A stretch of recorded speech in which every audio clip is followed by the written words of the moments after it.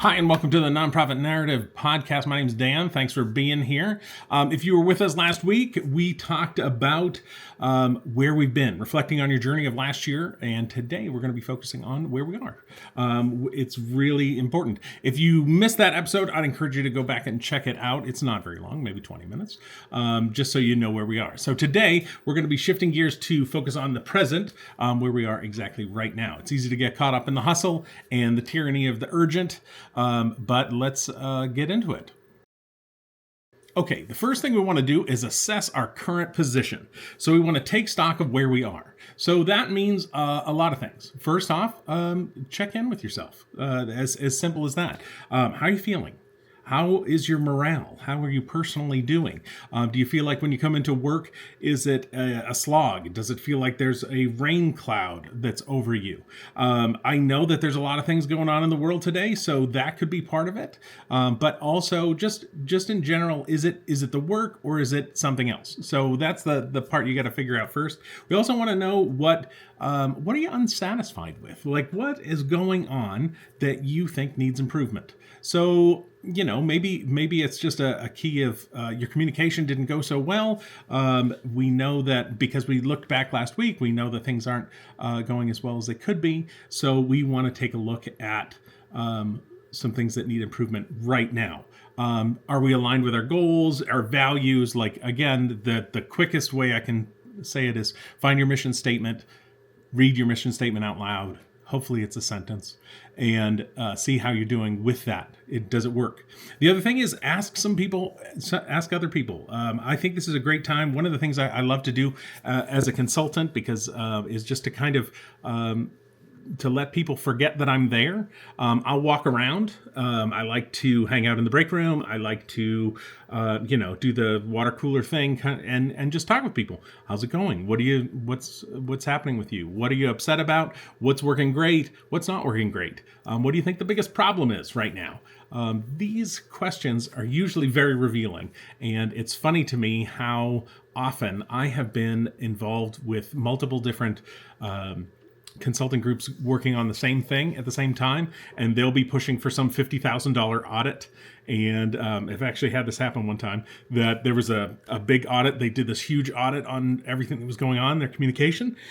I suggested that it was probably this was really our problem, but they said, no, we should spend the money and we should do the thing. And we did the audit.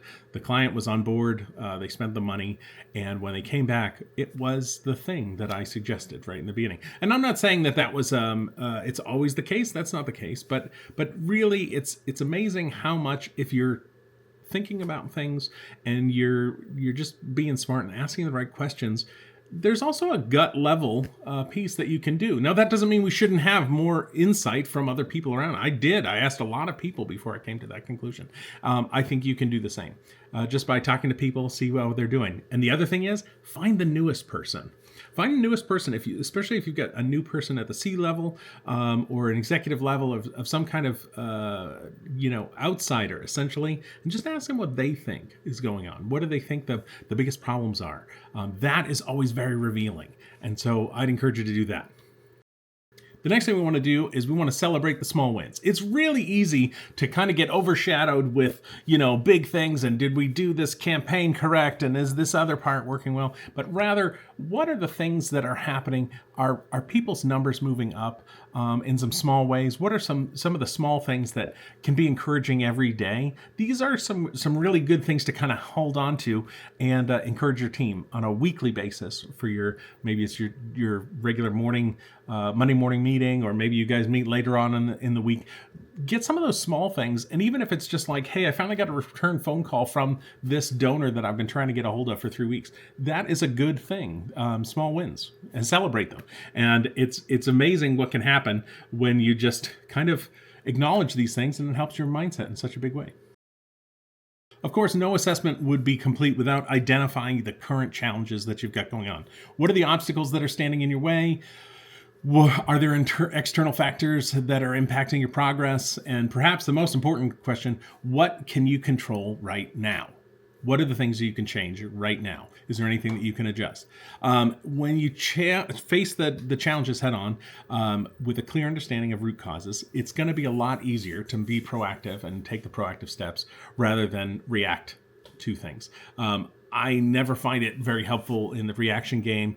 The fear gets too strong, and once fear comes in, kind of everything else is out the window. It's really important to look at things, and that's why, again, I recommend. That's why I still use my analog situation, because this the process of writing things down and sitting with it. It's going to help me not react. It's going to help the fear. I'm going to see it. The fear shows up. There's no question about that. But it allows me to deal with the fear on kind of a level playing field instead of feeling encroached by it. Okay, it's crucial to stay present when we're keeping an eye on the future. We have to stay present, which is a mindfulness thing. We want to be mindful, not to jump ahead just yet. And I know that, especially as my ADHD tends to want to run to the new thing as fast as possible, but I have to sit in the present before I start making goals for the future. Just want to make sure that my daily efforts, what are my systems that are happening right now? Are they aligning with the goals that I have set up for my just basic things? And again, not goals for the future, but just like I need to make sure that I'm checking in with people. I need to make sure that our systems are connected, like our communication systems. For example, if you're not doing currently, if you don't have a welcome series on your email list, well, you need to have one. So that's an easy thing to get set up, and it doesn't take that long. And honestly, once you set it up the first time, it kind of, it's something you revisit about once a year, but it can just sit there. You start looking at the numbers. So this is a good thing just to start doing. What are your systems in staying mindful in the moment that you can connect up right now? Okay, so to wrap things up, take some time today, reflect on where you are right now. Celebrate the wins.